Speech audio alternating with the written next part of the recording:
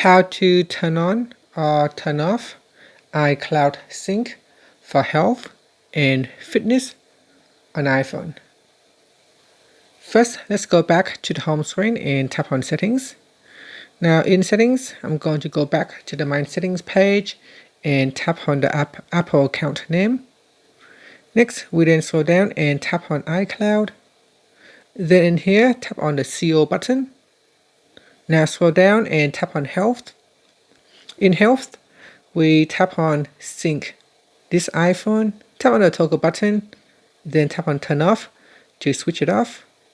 Here you can choose Keep the data on my iPhone or Delete from my iPhone when turning off Sync. Or you can simply switch it on. And that's it.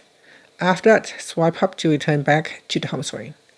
Thank you for watching this video. If you found it helpful, please like and subscribe to my channel for more videos.